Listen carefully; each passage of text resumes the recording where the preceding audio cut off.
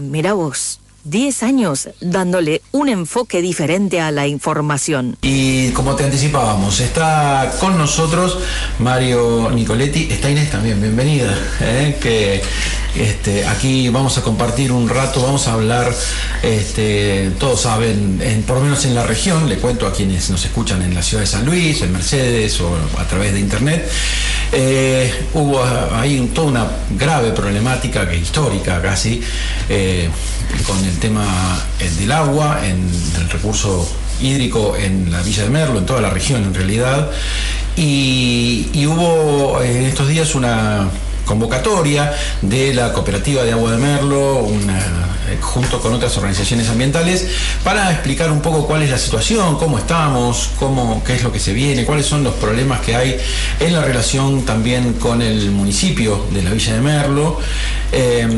Eso ocurrió, lo pueden encontrar, lo transmitimos desde Miravoz en vivo, lo pueden encontrar en nuestro canal de Instagram con la exposición de todos y todas los que representaban a las organizaciones, y también fue abierto a la participación de quienes estábamos allí, entre ellos de Mario Nicoletti, que es fundador de una organización que es Juvenat, y eso valió también una respuesta muy violenta de parte del ministro de Turismo y Cultura e intendente en licencia, Juan Álvarez Pinto, porque tuvo declaraciones muy, muy agresivas en lo personal, incluso desconociendo además que estamos hablando de problemáticas serias, y se metió con cuestiones personales muy desagradables. Pueden encontrar, es una nota extensa que hizo el canal de Merlo Televisión acá, que lo pueden ver si quieren, pero les anticipo que es bastante violenta. Así que Mario hoy nos acompaña junto con Inés. Vamos a hablar de ambiente, vamos a hablar de los problemas concretos, y después, si vos, Mario, tenés alguna reflexión o algo que quieras contestarle a Álvarez Pinto, también, pero nos interesa sobre todo profundizar lo que tiene que ver con la problemática real de Merlo y de toda la región. Así que buen día, bienvenido Mario, bienvenida Inés. Buen día, ¿qué tal Cecilia? Pablo, ¿cómo andás, Eduardo? Y Eduardo Horacio también lo veo presente. Sí, algo que quería aclarar es la fundación de Juvenat. Sí. La fundación de Juvenat estuvo a cargo de 3 niños, así surgió. No soy el fundador. Ah, mira. Fueron 3 chicos de 6º grado que se juntaron ahí en la Sobremonte, porque no tenían nada que hacer. Como yo tenía vínculo con uno de ellos, me llaman para sencillamente que los traslade a la sierra para hacer una limpieza o algo. ¿Me entienden? Niños de la escuela 65 y desaparecida. Ahí, ese 14 de junio, porque hay una duda, 14-15, obviamente esos chicos, uno de ellos, Horacio Porras, que estuvo mucho tiempo vinculado con el Cruz Martín, fue tesorero, secretario. Bueno, Horacio Porras, tenemos una disputa ahí con la fecha. ¿Viste? Él plantea que es 14, yo 15, así que me parece que tiene razón él. Bueno, pero esta institución fue iniciada, fue promovida por 3 niños del nivel primario. Bien. De los cuales era uno del Rincón, otro de la Escuela San Francisco y Horacio Porra, que era de la Escuela 65. Bien, bueno, hecha esa primera puntuación del inicio de Juvenat, a partir de ahí empezó todo un camino que continúa a hoy con la preocupación y la ocupación de temas relacionados con el ambiente, básicamente con la protección de las sierras, con la protección de los recursos naturales, y también, ¿por qué no?, de la explotación en el sentido de conocimiento de esta sierra y de este entorno privilegiado que tenemos. Entonces, hoy yo te he escuchado decir un par de veces, hace poco estuviste en la banca del vecino, en la banca ciudadana, en el Consejo Deliberante, el otro día en la reunión de la que se hizo en la cooperativa, te escuché decir, Merlo así no tiene destino. Y es una frase que impacta. ¿Por qué? Bueno, yo creo que, si bien la respuesta es evidente, es lindo cualificarla. ¿Por qué motivo? La forma que se le lleva a Merlo en este momento, que es, Merlo no es un sitio geográfico cualquiera, es un lugar en la cual sus características, donde está ubicado, sus características del suelo, su flora, la inclinación misma del suelo, las características que tiene en la disposición de agua que hay en la región, hace de que sea manejado como tal, ¿me entiendes? Es decir, no es lo mismo el trato que le vas a dar a un niño, que le vas a dar a un adolescente, que le va a dar a una persona adulta. Es decir, como que tenés que adecuarte a cada cuestión.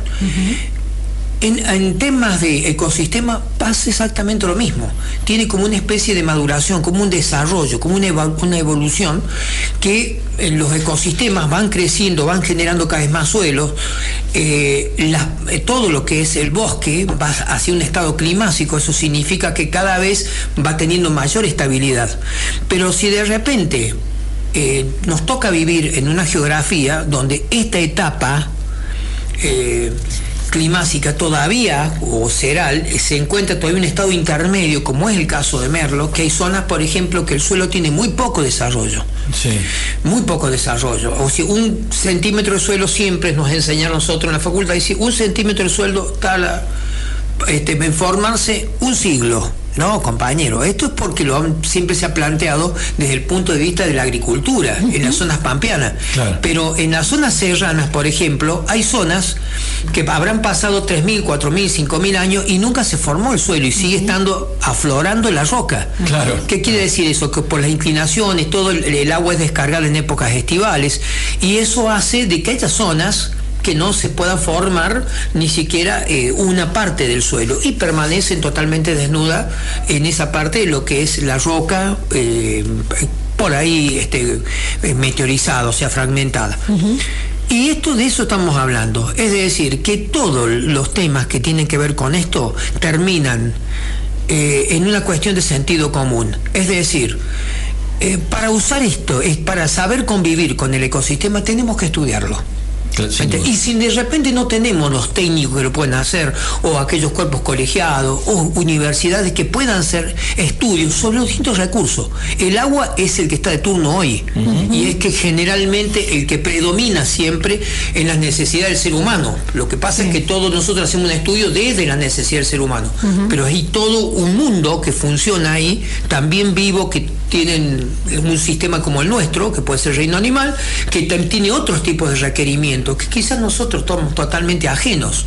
Sí, voy a decir algo. En nuestra región, justamente, además el agua es un factor limitante, o sea, es el elemento limitante también para el bosque.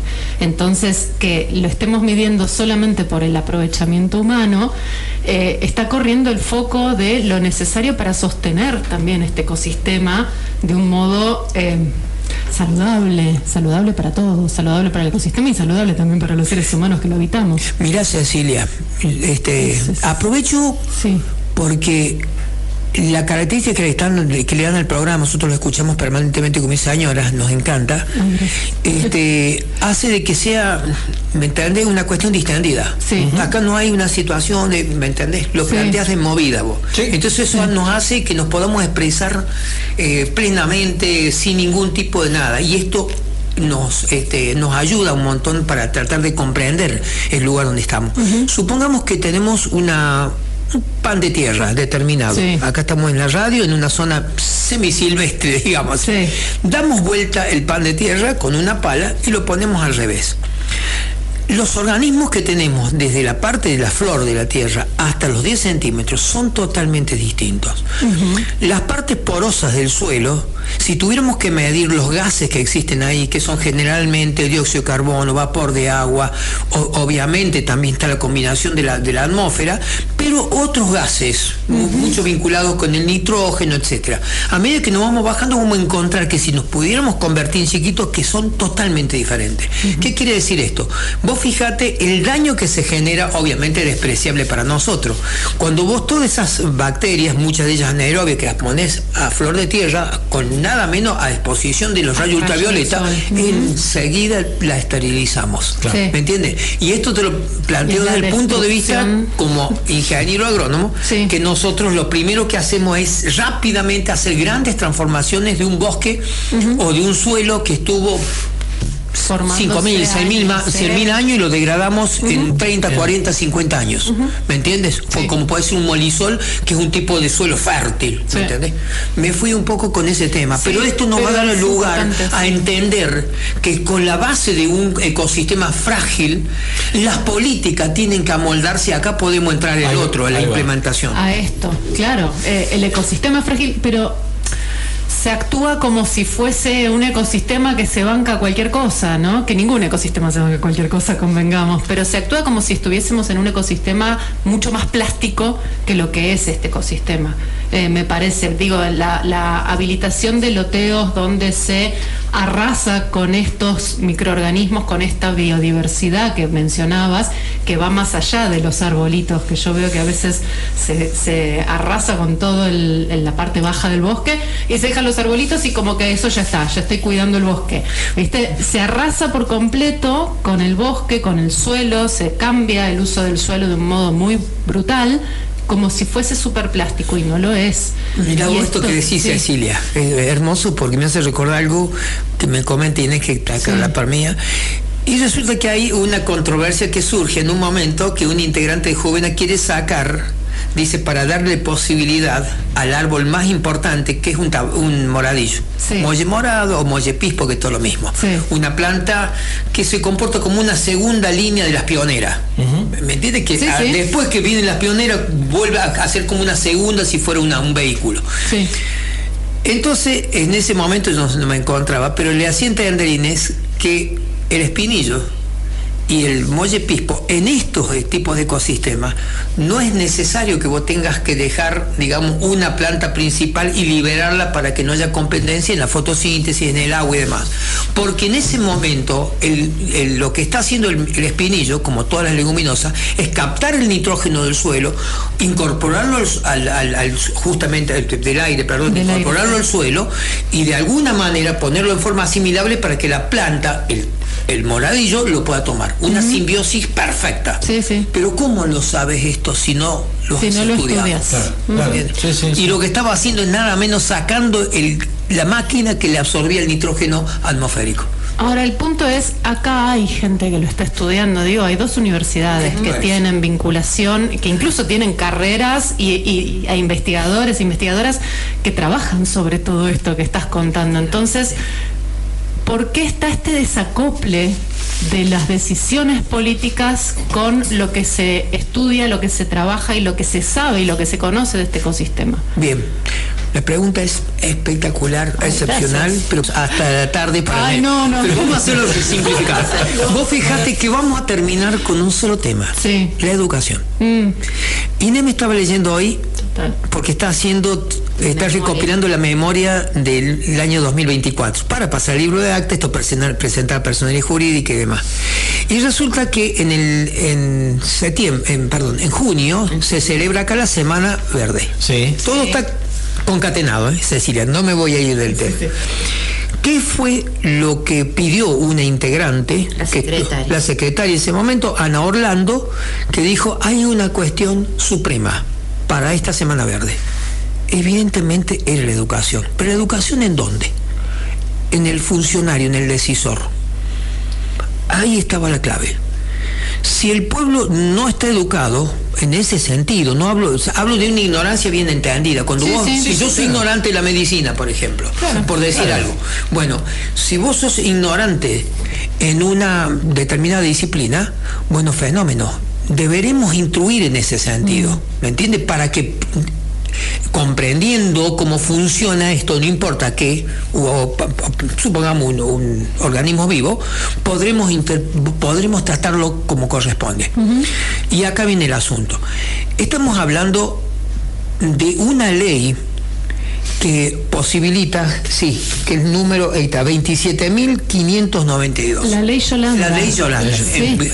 Hemos hablado muchas veces de la ley Yolanda acá y de lo necesaria. Sí, señora. Y nada más se dijo, esto presenta la institución Juvenal. Que se cumpla esto. Presenten proyectos, presenten proyectos, que normalmente se cajonean por la cuestión lógica del momento de la lo que están pidiendo es que se adhiera a la ley Yolanda.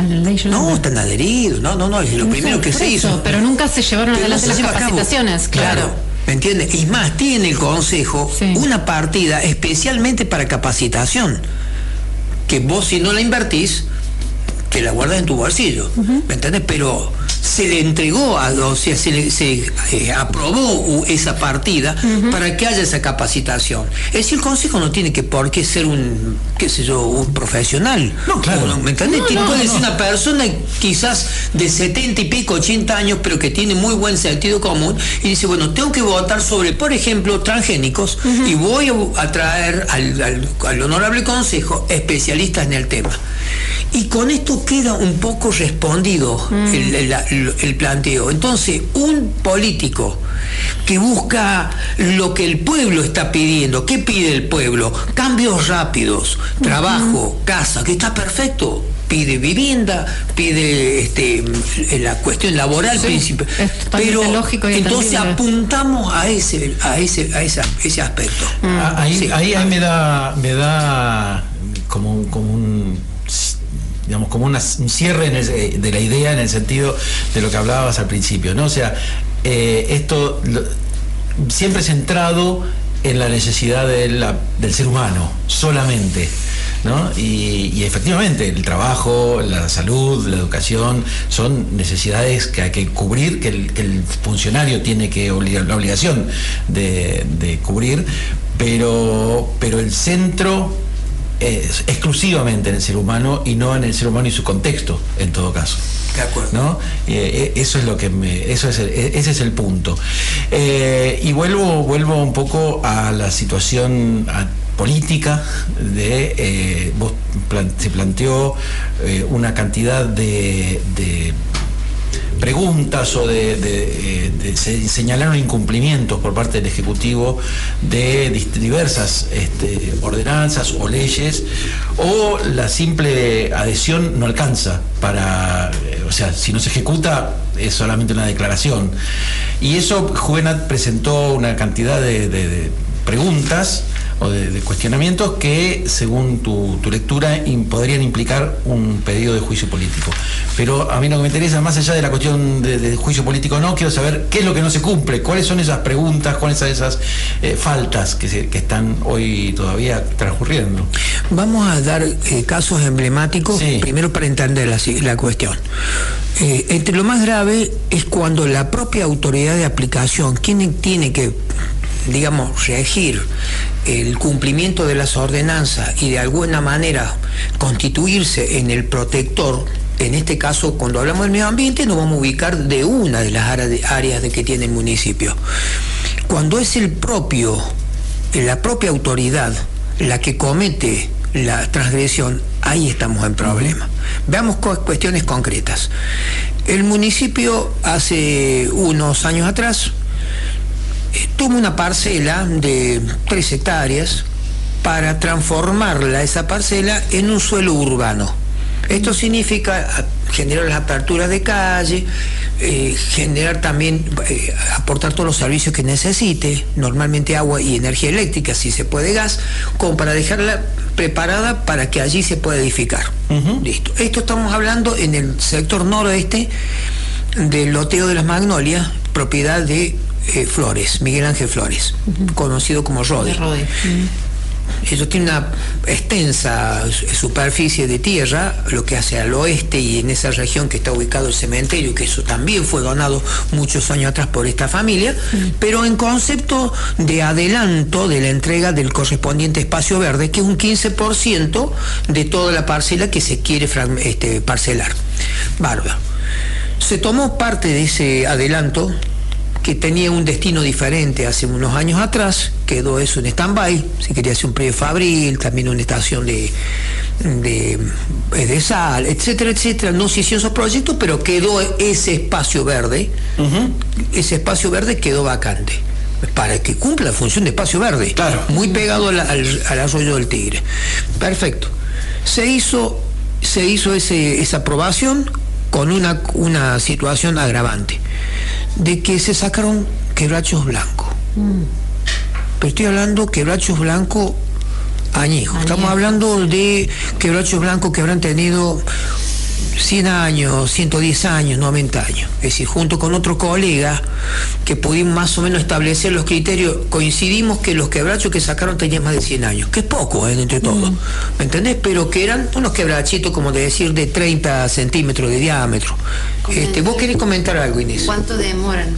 No, que cuánto demoran, si uno tiene idea, cuánto demora en crecer. Muchísimo. Sí. ¿Tienen idea? No.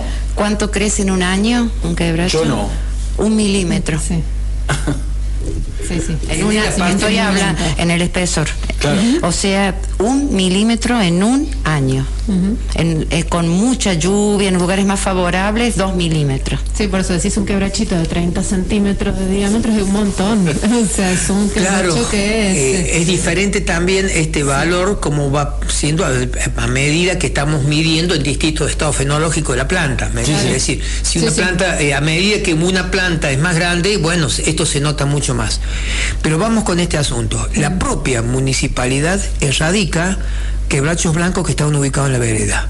Qué oportunidad para haber hecho un pequeño arboretum en ese sector, señalizar aspidosperma, quebracho blanco, con las características, explicar incluso la historia de lo que pasó con el quebracho blanco. ¿Cómo quedamos posicionados nosotros? Entonces nosotros denunciamos, y acá vamos a la pregunta tú, nosotros denunciamos este hecho. ¿A quién? Al Consejo Deliberante. Cuando esto pasa en formas reiteradas, que es la pregunta ahora que cuando esto pasa en forma reiterada, anteriormente se habían sacado 2 tremendos algarrobos negros ubicados en la Morán, que estaban ubicados en el bulevar. Los sacaron, pero ¿qué sentido? O sea que fue una lucha en la época de Julio Falco, yo era director de Medio Ambiente, haber logrado que todas esas plantas quedaran en esos lugares. El bulevar de alguna manera se le dio forma por esos algarrobos. Este intendente saliente, que hoy está como ministro, fue el que autorizó sacar esos algarrobos. Que estas son las cosas que deben quedar, ¿me entienden? Deben quedar. El autor de la saca de esos quebrachos blancos, de los algarrobos, de estos otros quebrachos que sacaron las rutas 1, bueno, toda esa serie de situaciones también tienen que quedar en el legajo de aquellos mandatarios que pasaron por la dirección del pueblo. No, yo quería aclararte, porque tengo acá todo escrito, que precisamente fue en el mes de agosto. El 30 de agosto se hace la denuncia de la saca de 5 quebrachos blancos del loteo Amaneceres. Sí, señor. Esto está en la ruta 1. Sí. ¿Qué te dice la Constitución? Y con esto terminamos un poco la idea. La Constitución te dice que ante reiterados incumplimientos de las funciones del funcionario que se trate, amerita que se le haga un juicio político. Listo. Vos no denunciás, vos ponés en conocimiento a los concejales. Los concejales deben actuar de oficio. Es como si vos fueras, supongamos, un policía, y yo te pongo en conocimiento, allá está pasando esto, un señor está hurtando algo. Entonces vos ya actuás de oficio. Claro. ¿Te acordás cuando citaste la complicidad? El tema de ser... Bueno, estamos hablando de ese asunto. Bien. No, quería traer un poco esto que decías de los concejales tienen que actuar de oficio. Estaría en este momento difícil porque hay una mayoría automática por parte del oficialismo. Esto también le da cierta impunidad al intendente, esto va por parte mía, al intendente en licencia y también al intendente interino a decir y hacer un poco lo que se les canta, por decirlo en criollo, y hay que traerlo porque por ahí no todos los que están escuchando lo saben. El actual ministro de Turismo de la provincia, intendente en licencia Juan Álvarez Pinto, tuvo palabras muy agraviantes con Mario Nicoletti, también para otras personas. Justo nos llegaba un mensaje de Ana Laura Laura Ferrarotti, concejala de la Villa de Merlo, solidarizándose con todas las personas agraviadas por Álvarez Pinto, con Mario, con Belén Gurruchaga, con Pamela Mackey, con Alejandra Sosa y con Domingo Malovini, que son los que nombró con nombre y apellido y agravió el intendente en licencia.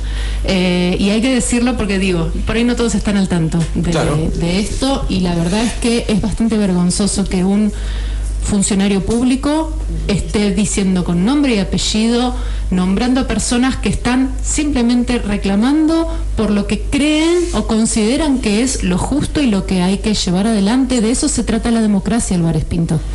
Si no te gusta, te tendrás que dedicar a otra cosa, ¿no? Esto es la política y esto es la democracia. En otro régimen tal vez podés callar las voces de quienes quieren reclamar. En este régimen, pues no.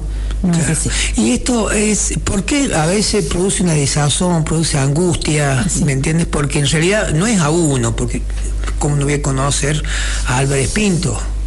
¿En qué sentido lo planteo? Pues yo lo conozco de niño, ¿me entiendes? Sí. Sí, cuando entramos en aquel momento, el año 95, yo entré como concejal, el padre entró como intendente, es decir, conozco toda la trayectoria, claro. Sin ningún tipo de desacreditar en absoluto, sin entonces analizar las conductas. Entonces, al conocer un poco la persona, hace que uno, digamos, bueno, son cuestiones que lamentablemente si uno está en la lucha de este tipo, porque uno dice esto debería ser al revés, porque uno es un ciudadano, ni siquiera yo soy parte de la comisión de Juvenal, agraviando todas las instituciones ambientalistas. Exacto. Y sí. La persona está revistiendo ese cargo tan importante como es nada menos de un ministro, desacreditando fuertemente a las instituciones y a la misión que cumplen las instituciones dentro de una sociedad. Pero el puntito rápido, que entre todas las citas que hacen, son por ejemplo, que planteando así, Mario Nicoletti en el lote ha metido una cantidad de casas, sí. Como suele pasando, y vamos a ver esta cuestión con números. El lote tiene porque está en la municipalidad absolutamente todo aprobado, una cobertura de la superficie del suelo del 14,5%. O sea, nuestro lote donde vivimos, que es propiedad de mi señor y yo, hoy pasado a nuestros hijos, tiene un 14,5% de la cobertura. Es decir, esta es la ocupación del suelo que se ha hecho del 14,5%. La pregunta, ¿qué zona residencial es esta? Es la 2.